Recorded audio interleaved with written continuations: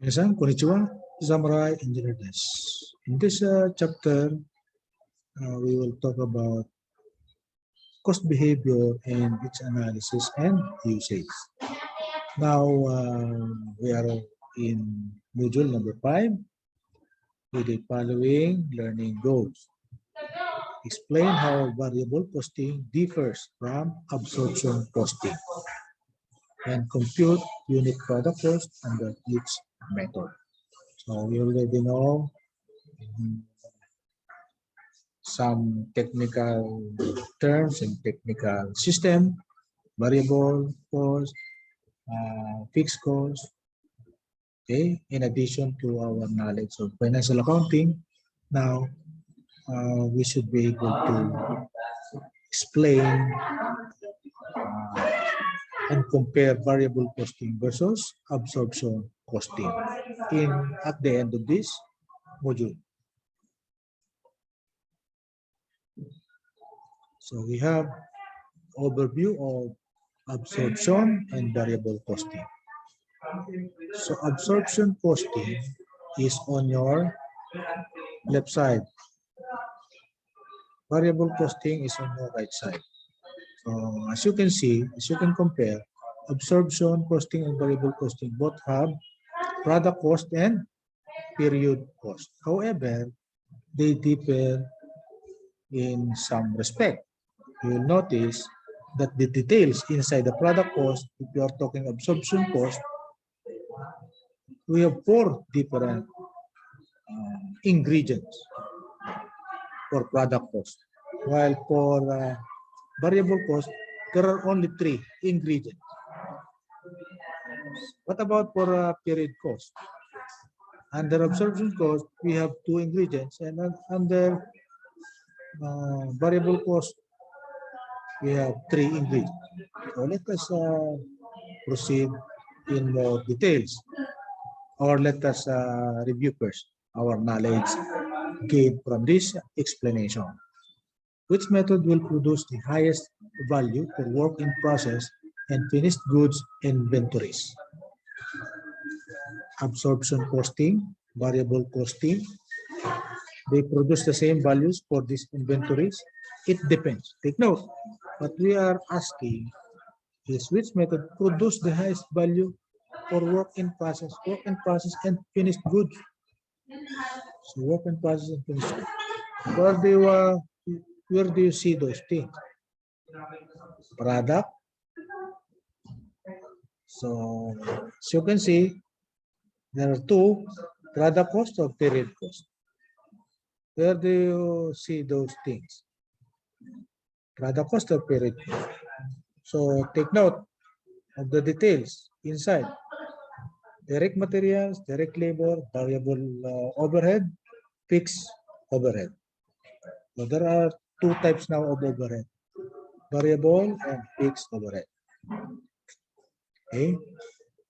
And what's next? Variable selling and admin cost and fixed selling and admin cost. So there are 2 classification now.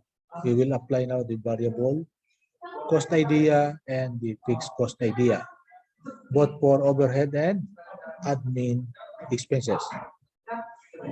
Okay, so now using that idea, again, to review, which method will produce the highest value for work in process? A work in process and finished goods. Okay, it's very clear from that picture, from that diagram, from that. It's very clear from the diagram. Is it A, absorption, B, variable? They are the same, or it depends. So it is clearly the left side. Okay? The left side is absorption costing. So it gives us the higher value because there are 4 ingredients into it. 4 ingredients is higher than 3 ingredients. Okay, because we are looking at product cost. Product cost meaning work in process and finished good. Okay, that is the product cost. Work in process and finished goods. Compared to the other one, which is what? Which is period cost.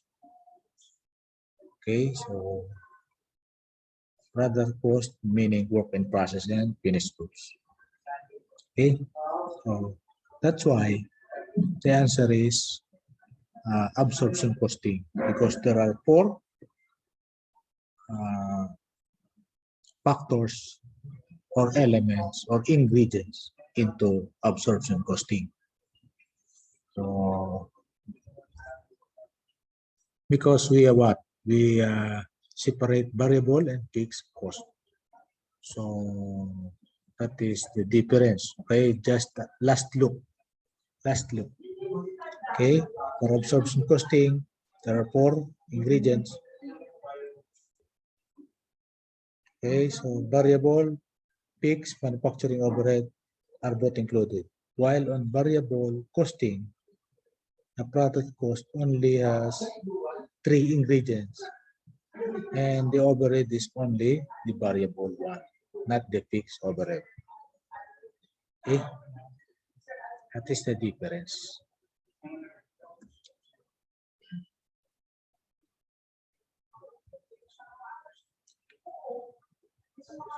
What else? Let us compute unit cost. Example, Harvey Company produces a single product with the following information available.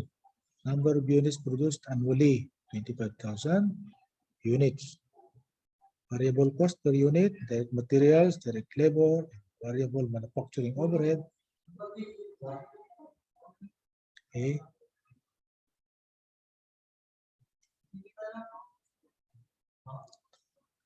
Selling and administrative expenses is $3. So cost, fixed cost per year, manufacturing overhead, 150. And selling and admin expenses, 100. So we have these given values. Let us compute unit cost. Okay, so it's very logical. Let us start with this one. This is also a format. We have a format here. The unit product cost is determined as follows. For either absorption costing and variable costing. Okay, direct material, direct labor, and variable overhead. These are the 3 for variable costing. Okay, so the value is $10. Fixed manufacturing overhead, which is $150,000, divided by the total number of units of 25,000. So if you divide, you can get the result of 6. So $6. The $6 is still under absorption product cost because this is the 4th ingredient. What are the other 3? Direct materials, direct labor, and variable manufacturing overhead. Now we have to add the fixed manufacturing overhead, which is 6. So 10 plus 6, that is the unit product cost.